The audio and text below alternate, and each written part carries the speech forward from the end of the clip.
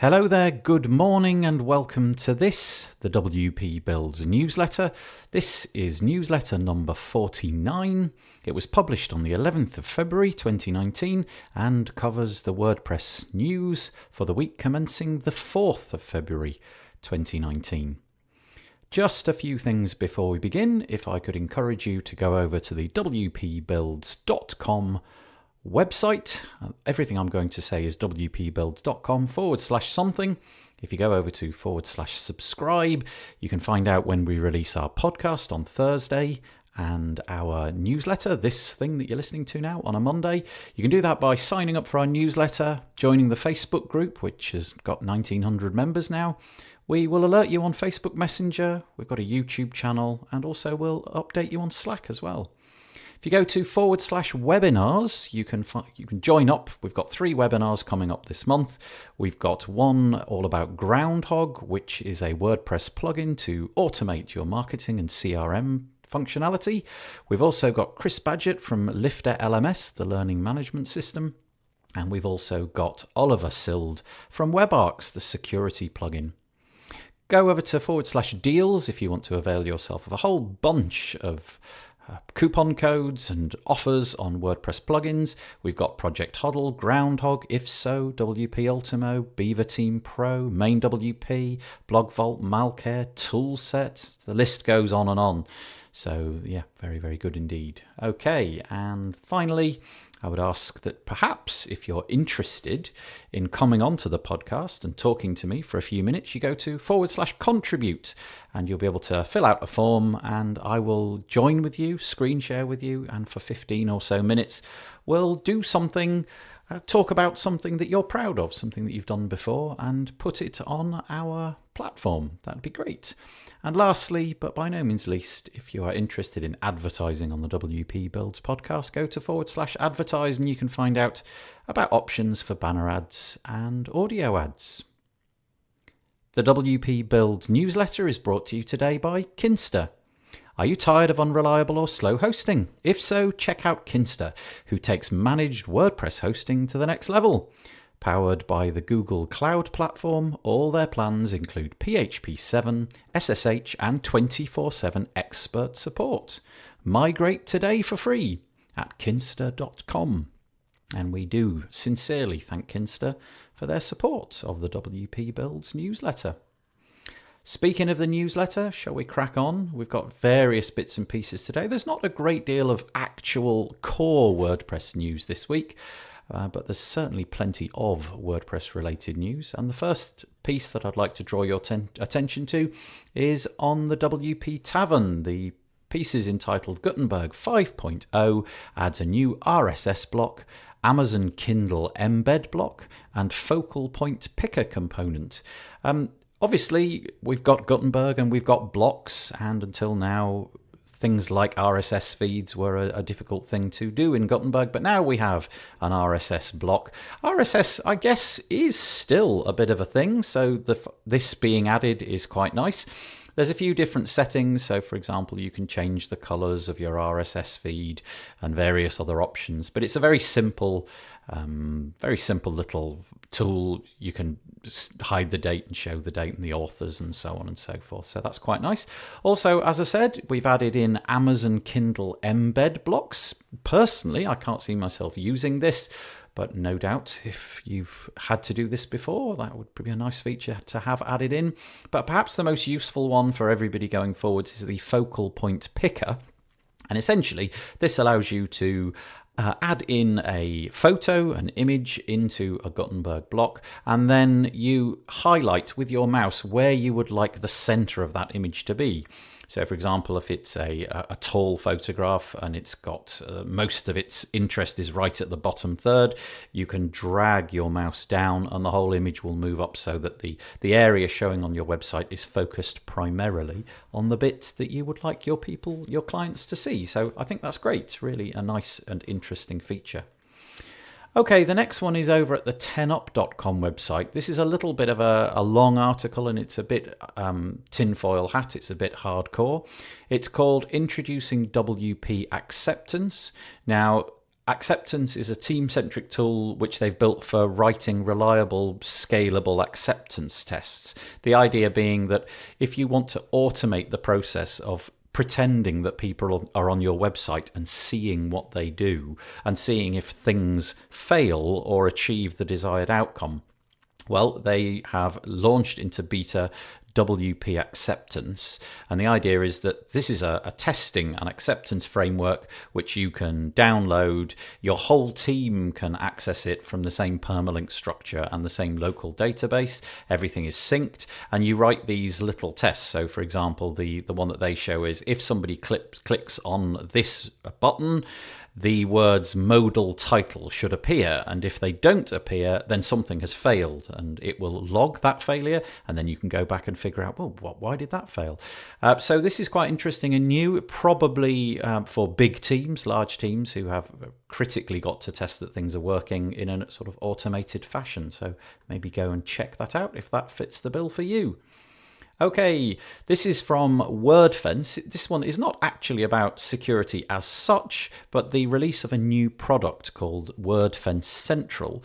Up until now, if you've installed Wordfence, either the free or the premium version, you've had to log in to each and every website. Well, either that or trawl through all the emails that they sent out to you to see what was going on. Well, from now, whether you're on the free platform or the premium platform, you can put all of your sites into one dashboard, and from there you can do anything largely that you would have been able to do inside each of your individual websites. This seems to be a bit of a trend going on. Lots of plugins are trying to sort of centralize their offering, so you can inspect what all of the websites under your purview are doing from a central dashboard for this one plugin. Well, obviously security, if you're a very large team, it might be a real hassle logging in and checking out all of the bits and pieces. So now we've got Wordfence Central.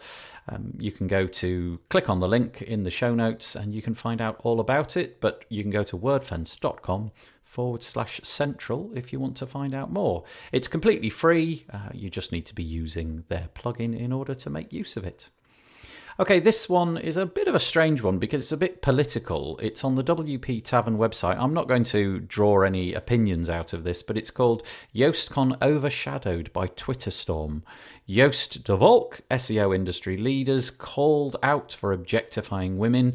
And they've got, the whole article is based upon the fact that some things from a long time ago, a decade ago, have come out that Joost himself tweeted, and pictures and videos that were taken, and by the sounds of it, it doesn't look all that good. People have also stepped up in his defense, saying, well, actually, I was one of the recipients of one of these tweets, and I was in no way offended. It was in a time when all of us knew each other, and the communities on Twitter were much smaller. Nevertheless, Joost has apologized and said he doesn't behave this way anymore. So you can judge that for yourself. Okay. The next one is similar in that I'm not really going to give an opinion on it, but this is on the cmljnelson.wordpress.com website. The link is in the show notes, and it's entitled, "Are WordPress, in inverted commas, small d developers getting left behind by modern best practices?" And it's a really interesting article because this kind of speaks to me a little bit. I am not one of your hardcore developers who is employed full-time to wrestle with really difficult coding problems. And his point is, well, WordPress has decided that it needs to keep up with the times. It's been sort of derided in the past for not keeping up with current standards, but it's moving on. Now an awful lot is being done in JavaScript and things like React and so on, and we've now got new PHP minimum versions and so on. But his point is, I wonder if we're leaving people behind, people who have used WordPress because of the fact that it was easy to use, there was a low barrier to entry, and so they were able to kind of figure things out and have impressive results and learn along the way. He's worried, I think, that as the future comes and we get these new things like React, which are going to become core components of WordPress, are we abandoning those people and making it so that the entry level of knowledge is so high that it's going to let those people, well, drop those people off and make it so that they are going to struggle to modify the platform at all? His point, I think, being that really it's the users that we want to be serving, and an awful lot of those users have come simply because WordPress was easy to use, and we risk losing those people at our peril. Worth going and reading and making your own decisions about that one.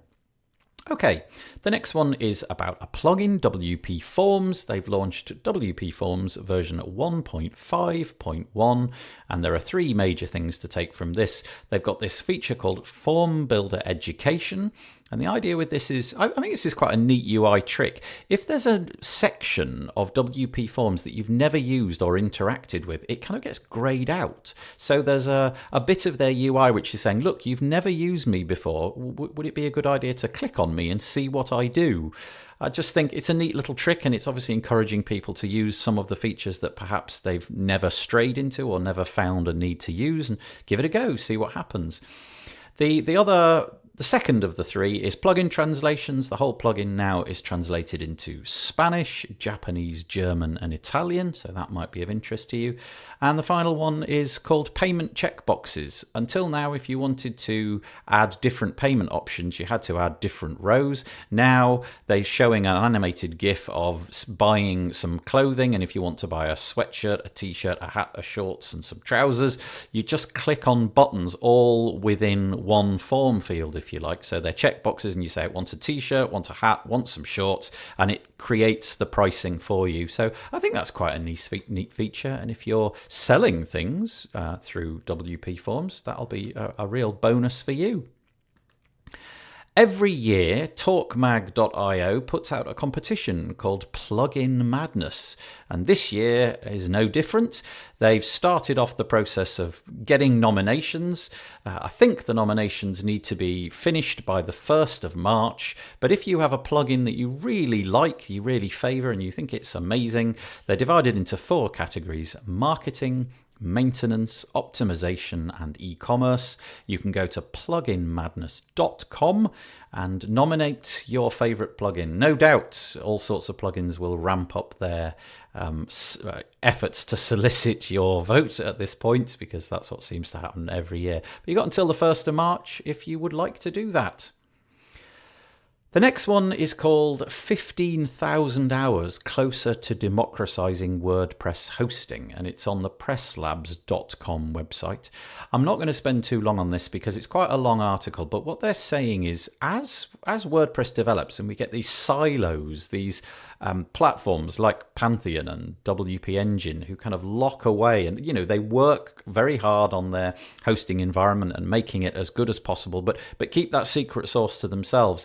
Well, the guys at Press Labs have come up with a different idea, an idea of kind of open sourcing this stuff.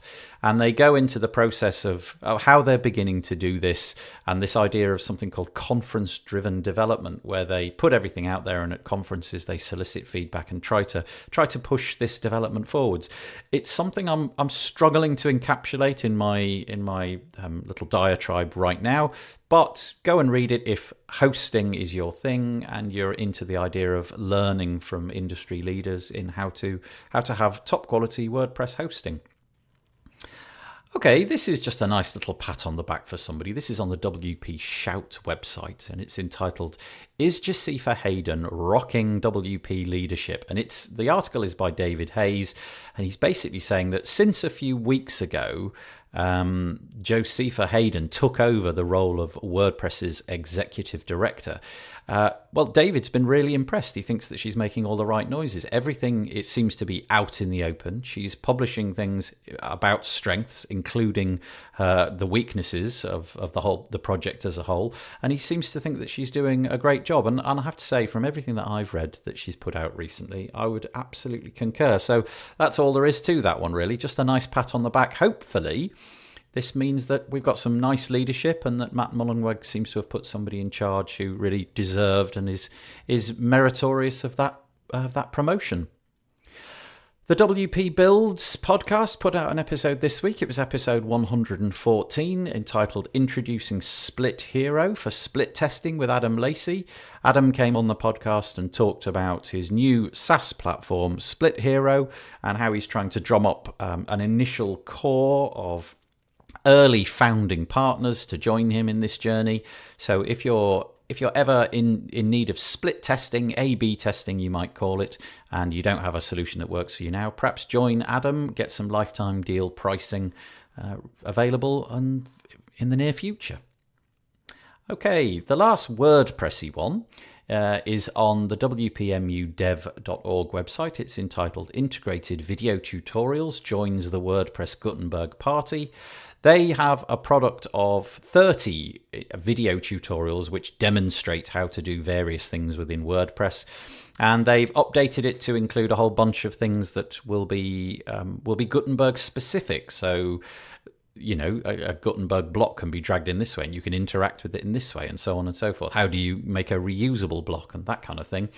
But what's quite interesting here is that they've added these little videos right inside the Gutenberg sidebar. It's in the Gutenberg UI, so it's allowing people to see those tutorial videos. Your clients might be the people who would most welcome this at the point where they're interacting. So, okay, I want to make a reusable block. I've heard about these. How do I do that? Oh, look, there's a little video there. Perhaps I can watch that and see how it's done. So I think that's quite a clever little twist. Okay, the next two are nothing to do with WordPress at all. They are all about Google and DuckDuckGo more specifically. They are both on the Search Engine Journal website, and the first one is entitled DuckDuckGo warns that Google does not respect do not track browser settings. Well, you probably knew that there's a setting inside of your browser called do not track. What you may not be aware of is the fact that this is completely non-compulsory. Just by ticking the box, I do not wish to be tracked, nobody has to take that seriously. It turns out, though, that about 25% of Chrome users, about 25% of the big browser users have in fact ticked that box, and they don't realise that this is not what's going on. What they think is this is mandatory, and by ticking it, they're not going to be tracked.